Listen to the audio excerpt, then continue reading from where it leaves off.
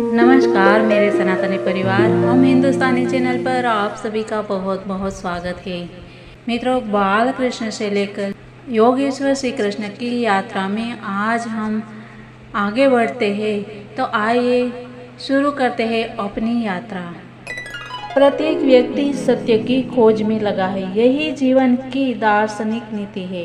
देवतागण जानकारी देते हैं कि परम सत्य भगवान श्री कृष्ण ही है। जो पूर्णतः कृष्णमय हो जाता है वह परम सत्य को प्राप्त कर सकता है। श्री कृष्ण ही परम सत्य है। शाश्वत काल की 3 अवस्थाओं में सत्य है। भगवान श्री कृष्ण परम सत्य है और ये सत्य यह है कि सृष्टि के पूर्व श्री कृष्ण विद्यमान थे। सृष्टि के हो जाने पर प्रत्येक वस्तु श्री कृष्ण पर आश्रित है और जब यह सृष्टि समाप्त होती है तब भी श्री कृष्ण रहेंगे ही। अतः वे सभी परिस्थितियों में परम सत्य है। यदि इस भौतिक जगत में कहीं वैभव है तो इसके स्रोत श्री कृष्ण ही है। यदि कि संसार में कुछ ख्याति है तो श्री कृष्ण ही उसके कारण है। यदि संसार में कोई बल है, शक्ति है तो इसके कारण भी श्री कृष्ण ही है। यदि संसार में कोई ज्ञान तथा शिक्षा है तो उसके कारण स्वरूप श्री कृष्ण ही है। इसीलिए श्री कृष्ण सारे सत्यों के स्रोत है। यह भौतिक जगत 5 प्रमुख तत्व पृथ्वी, जल, अग्नि, वायु तथा आकाश से बना हुआ है और ये सारे तत्व श्री कृष्ण से ही उद्भूत है। भौतिक विज्ञानी इन 5 मूल तत्वों को भौतिक सृष्टि का कारण मानते हैं, किंतु ये सारे तत्व अपनी स्थूल तथा सूक्ष्म अवस्थाओं में श्री कृष्ण द्वारा ही उत्पन्न है। श्रीमद् भगवद गीता के 7वें अध्याय में स्पष्ट कहा गया है कि यह सारा संसार श्री कृष्ण की परा तथा अपरा नामक 2 प्रकार की शक्तियों का संयोग है। जीवात्माएं श्री भगवान की पराशक्ति है और निर्जीव भौतिक तत्व अपराशक्ति है। सुप्तावस्था में प्रत्येक वस्तु श्री कृष्ण में समाहित रहती है। इसको यूं समझ सकते हैं कि प्रकृति रूपी भूमि पर खड़े हुए भौतिक जगत रूपी वृक्ष का उदाहरण श्रेष्ठ है। इस वृक्ष में 2 प्रकार के फल होते हैं, सुख और दुख। इस शरीर रूपी वृक्ष में रहने वाले प्राणी 2 पक्षियों के समान होते हैं। एक पक्षी श्री कृष्ण का अंतर्यामी स्वरूप है जो परमात्मा कहलाता है और दूसरा पक्षी जीव है। जीव इस भौतिक जगत के फलों को खा रहा है।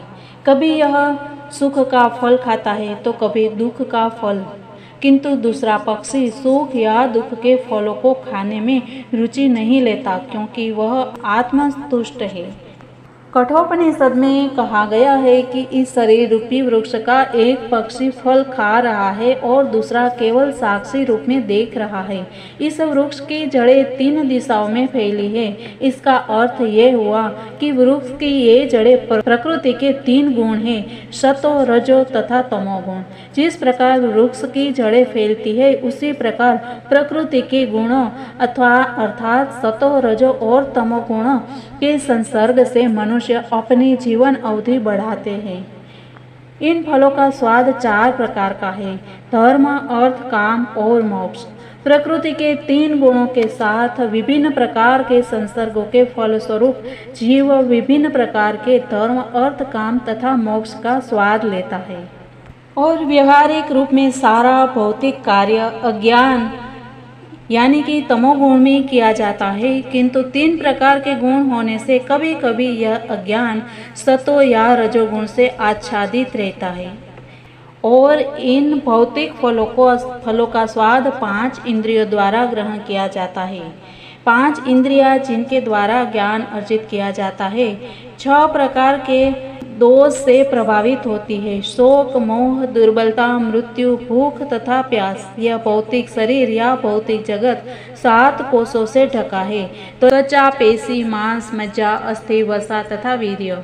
वृक्ष की 8 शाखाएं हैं, पृथ्वी, जल, अग्नि, वायु, आकाश, मन, बुद्धि तथा अहंकार। इस शरीर में 9 द्वार है, 2 आंखें, 2 नथुने, 2 कान, एक मुंह और 2 गुप्त भाग तथा इस शरीर के भीतर 10 प्रकार के आंतरिक वायु है, प्राण, अपान, उदान, व्यान, समान, नाग, कूर्म, क्रूकर, देवदत्त और धनंजय। जैसा कि ऊपर कहा जा चुका है, इस वृक्ष पर बैठे 2 पक्षी जीवात्मा तथा अंतर्यामी श्री भगवान है। और इस भौतिक जगत का जो वर्णन किया है उसका मूल कारण है श्री भगवान। वे अपना विस्तार करते हैं और भौतिक जगत के तीनों गुणों को अपने अधिकार में करते हैं। विष्णु सतोगुण को संभालते हैं, ब्रह्मा रजोगुण को और शिवजी तमोगुण का भार ग्रहण करते हैं। ब्रह्मा रजोगुण से इस सृष्टि को उत्पन्न करते हैं, विष्णु सतोगुण से इसका पालन करते हैं और शिवजी तमोगुण से इसका संहार करते हैं।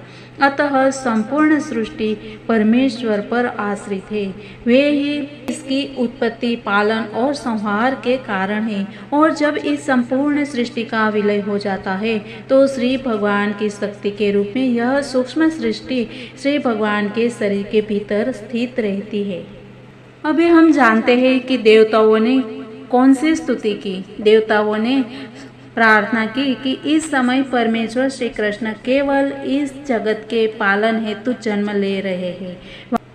देवताओं ने स्तुति की, हे स्वामी, आपके शाश्वत स्वरूप को समझ पाना दुष्कर है। सामान्य जन आपके वास्तविक रूप को समझने में अक्षम रहते हैं। अतः आप अपना आदि शाश्वत रूप प्रकट करने के लिए स्वयं अवतार ले रहे हैं। लोग किसी तरह आपके विभिन्न अवतारों को तो समझ सकते हैं, किंतु 2 भुजाओं वाले श्री कृष्ण के शाश्वत रूप को मनुष्यों के बीच उन्हीं के समान विचरण करते देख वे उलझन में पड़ जाते हैं। आपका यह शाश्वत रूप भक्तों के दिव्य आनंद को बढ़ाता रहता है, किंतु अभक्तों के लिए यह घातक है। जैसा कि श्रीमद् भगवद गीता में कहा गया है कि श्री कृष्ण साधु के लिए अत्यंत मोहक है, परित्राणाय साधु नाम, किंतु यह रूप असुरों के लिए अत्यंत घातक है, क्योंकि श्री कृष्ण असुरों के वध के लिए अवतरित होते हैं। अतः वे एक ही साथ भक्तों के लिए मोहक और असुरों के लिए घातक है।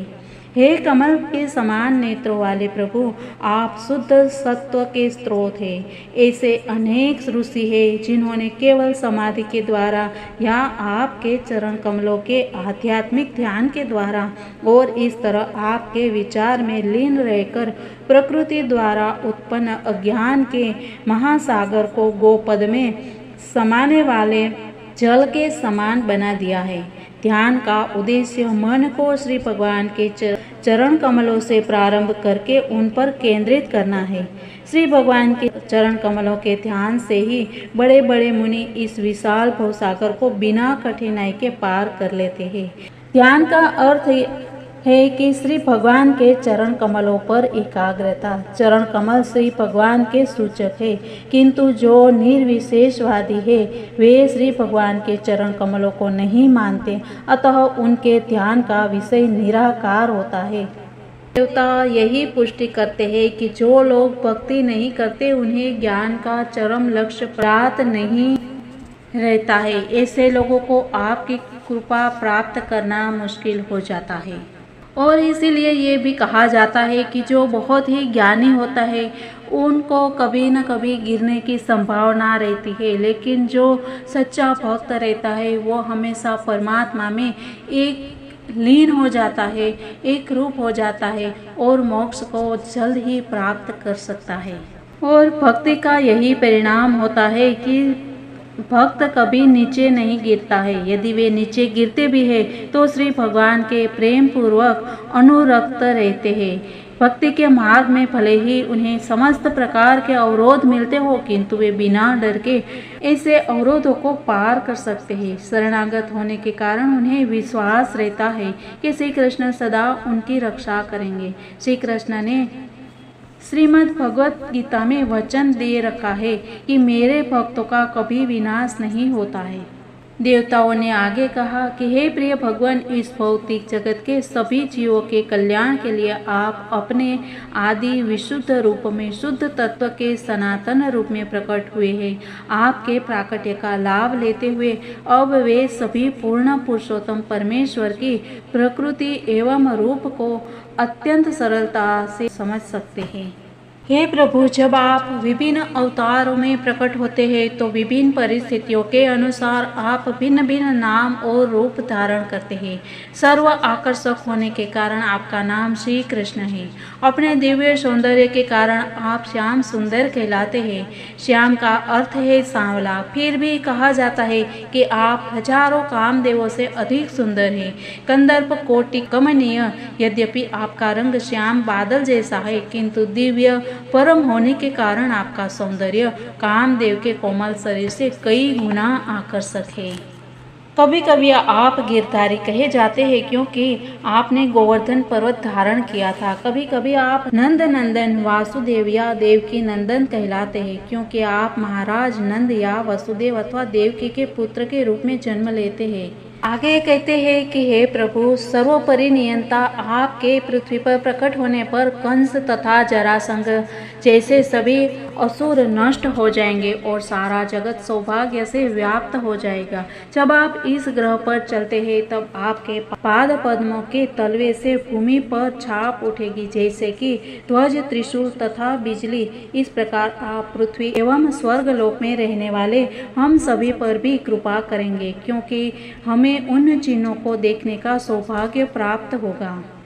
देवताओं ने आगे कहा कि हे प्रभु, आप अजन्मा है, अतः आपके प्रकट होने का यदि कोई कारण हो सकता है तो वह आपकी आनंददायक लीला यही है। यद्यपि श्री भगवान के प्रकट होने का कारण श्रीमद् भगवत गीता में बताया है कि वे भक्तों की रक्षा करने तथा अभक्तों का विनाश करने के लिए अवतरित होते हैं।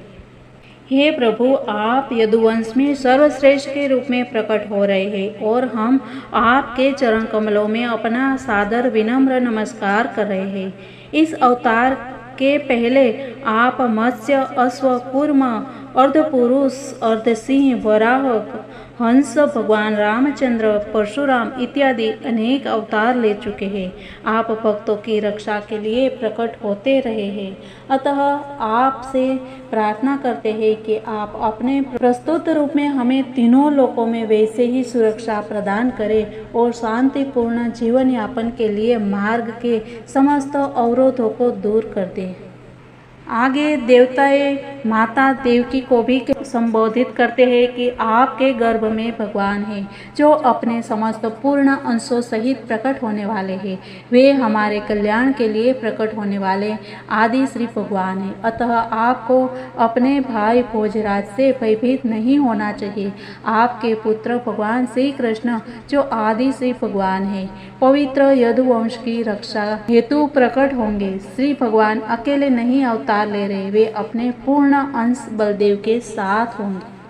विष्णु पुराण में भी कहा गया है कि देवकी को सांत्वना प्रदान करने के लिए सभी देवता अपनी पत्नियां सहित उनसे मिलते रहते और प्रोत्साहित करते रहते कि वे डरे नहीं कि उनके पुत्र को कंस मार देगा। इस प्रकार सभी देवताओं ने श्री कृष्ण की माता देवकी की भी पूजा की। इस प्रकार श्री भगवान के दिव्य रूप की पूजा करने के पश्चात ब्रह्मा तथा शिव जी को आगे करके सभी देवता अपने स्वर्गिक लोक को चले गए। मित्रों, कल हम श्री कृष्ण का जन्म और उत्सव मनाएंगे। तब तक के लिए सबको जय हिंद, वंदे मातरम, भारत माता की जय।